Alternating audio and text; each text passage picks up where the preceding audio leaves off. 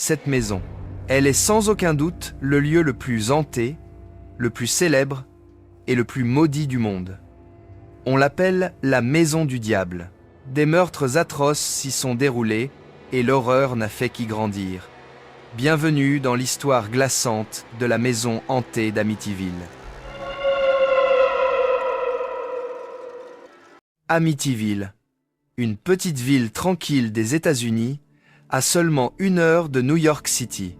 C'est ici, dans cette coquette demeure, que vivait la famille DeFeo, un couple d'origine italienne et leurs 5 enfants. Ils menaient une vie des plus banales, jusqu'à l'effroyable nuit du 13 novembre 1974. Le destin des DeFeo changea pour toujours, un meurtre effroyable les frappa. Les parents et 4 de leurs enfants furent retrouvés assassinés dans leur lit pendant qu'ils dormaient. Le lendemain, c'est Ronald DeFeo Jr., l'aîné de 23 ans, qui découvre la scène d'horreur et alerte la police. Ronald, seul survivant, est immédiatement mis en sécurité et interrogé.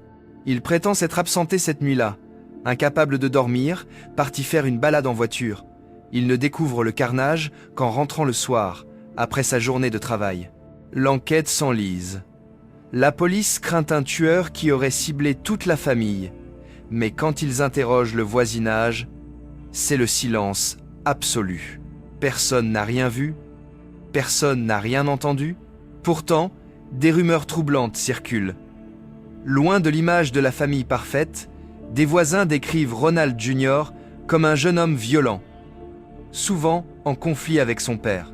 Sans autre piste, Ronald est considéré comme le suspect unique.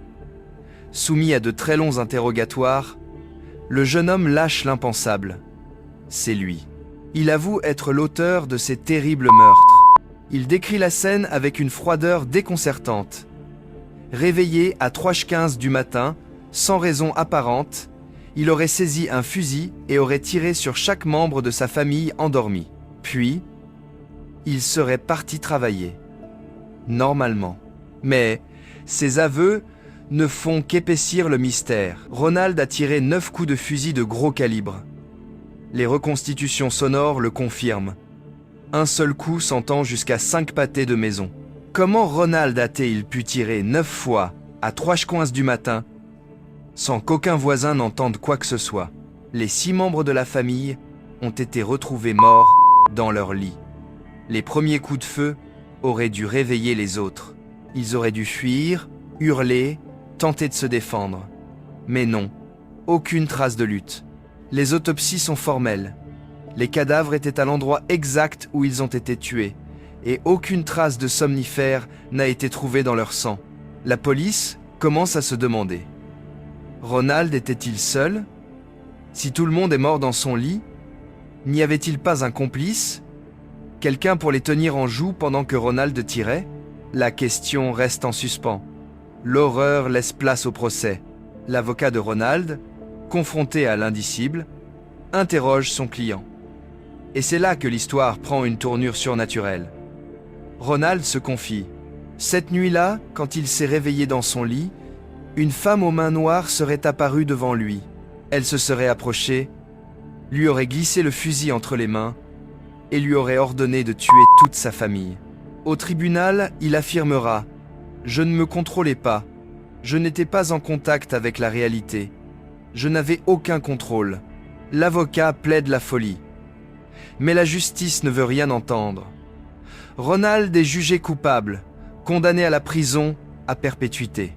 Pourtant, en prison, il continuera de clamer son innocence morale, hurlant dans toutes les interviews qu'il était possédé. Un pasteur m'a observé dans la salle du tribunal. Il a dit que pour parler comme ça, il fallait que je sois possédé par le démon. Je crois que la véritable horreur d'Amityville, c'est moi. Suite au drame, la maison reste vide de longs mois. Son prix chute. Jusqu'à l'arrivée de la famille Lutz, George, Cathy et leurs 3 enfants. Ils l'achètent, pleinement conscients de son histoire, sans aucune crainte apparente. George Lutz, on n'avait aucune réticence envers cette maison. Elle répondait si bien à nos besoins, on a pensé que c'était pratiquement l'idéal. Mais l'horreur n'attend pas. Le jour même de leur arrivée, leur chien manque de s'étrangler en sautant une clôture.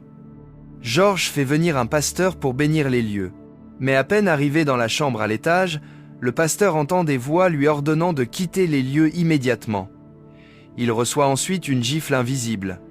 Il met en garde la famille, mais malgré l'avertissement, rien ne se passe correctement. George Lutz vit des expériences de plus en plus étranges. Toutes les nuits, il se réveille à la même heure fatidique. 3h15 du matin, pris d'un malaise profond. Il perd du poids. Son hygiène personnelle se dégrade. Sa femme, Cathy, est enlacée par une présence féminine invisible. Elle voit son propre reflet, vieilli, lui annoncer sa mort. Et, plus étrange encore, des nuages de mouches apparaissent et réapparaissent sans cesse dans 2 pièces. Mais ce qui terrifie le plus les Lutz, c'est leur fille, Miss. Elle raconte s'être fait un ami dans la maison, Jody, un cochon aux yeux rouges qui lui parle tous les jours. Jody lui dit « Je suis content que tu habites ici, et je vais rester à tes côtés pour toujours. Les phénomènes s'intensifient, des cris la nuit, des gens qui marchent, des températures qui varient, des taches inexplicables, la porcelaine des toilettes qui devient progressivement noire. » George Lutz, quand on y pense et qu'on commence à en parler, il y avait évidemment quelque chose de pas normal. Jusqu'à la nuit du 14 janvier 1975, où l'indicible les force à une décision radicale, sans un mot, ils quittent la maison en pleine nuit, abandonnant absolument toutes leurs affaires. Ils ne reviendront jamais. La famille Lutz n'aura tenu que 28 jours dans la maison d'Amityville. Cathy Lutz, nous n'étions pas la même famille en arrivant et en repartant de là. Nous étions tous terrifiés au moment du départ. George Lutz rencontre l'ancien avocat de Ronald DeFeo. Ils font le lien. L'entité démoniaque qui a chassé les Lutz serait la même qui a possédé Ronald DeFeo pour l'obliger à tuer sa famille. L'histoire prend une ampleur nationale. Les médias se déchaînent, les spécialistes du paranormal affluent, dont le célèbre couple Ed et Lorraine Warren, les enquêteurs dont s'inspire la saga Conjuring. Les Warren en sont persuadés. La maison est hantée.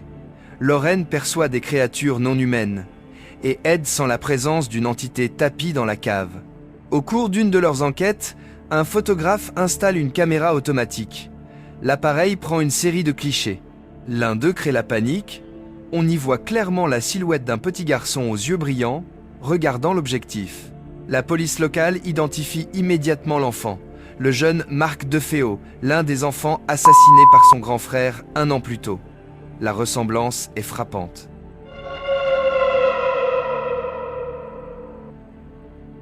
La découverte de cette photo terrifiante propulse l'histoire d'Amityville. George Lutz engage un auteur, et le livre The Amityville Horror devient un best-seller immédiat. Hollywood rachète les droits pour en faire un film d'horreur culte. La Maison du Diable devient un phénomène mondial. Les touristes affluent. C'était l'affolement chez les médias. Nous étions envahis non pas par des fantômes, mais par les touristes venant des 4 coins du globe. Mais, tandis que l'histoire fascine, des sceptiques commencent à pointer les incohérences. Pourquoi George Lutz a-t-il ajouté tant de détails dans son livre qui ne figuraient pas dans ses déclarations initiales à la police? Et surtout, George Lutz a touché environ 5 millions de dollars grâce aux droits d'auteur du livre et du film.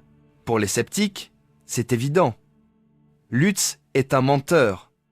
Il aurait tout inventé, ou du moins massivement exagéré, dans le but de rendre l'histoire attrayante et de vendre le plus de livres possible. Cette théorie est renforcée par un fait troublant. Après le départ des Lutz, la maison fut de nouveau habitée et plus personne n'a jamais parlé de phénomènes paranormaux. Absolument aucun. Alors, l'histoire d'Amityville est-elle l'œuvre d'un démon sanguinaire qui a possédé un jeune homme et terrorisé une famille? Ou est-ce la manipulation géniale d'un homme qui a transformé la tragédie en une juteuse entreprise? Les Lutz ont beau avoir juré de la véracité de leur histoire, jusqu'à leur mort, le doute persiste. Aujourd'hui, la maison existe toujours. Les propriétaires, fatigués des touristes, l'ont repeinte dans une couleur plus gaie et ont même modifié les fameuses fenêtres qui lui donnaient ce regard démoniaque afin de lui enlever son image. Elle est même floutée sur Google Street View pour décourager les curieux. Mais même ainsi, son mythe demeure.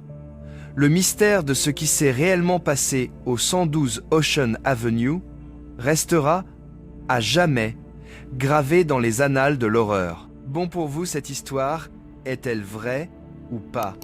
Et n'oubliez pas de vous abonner.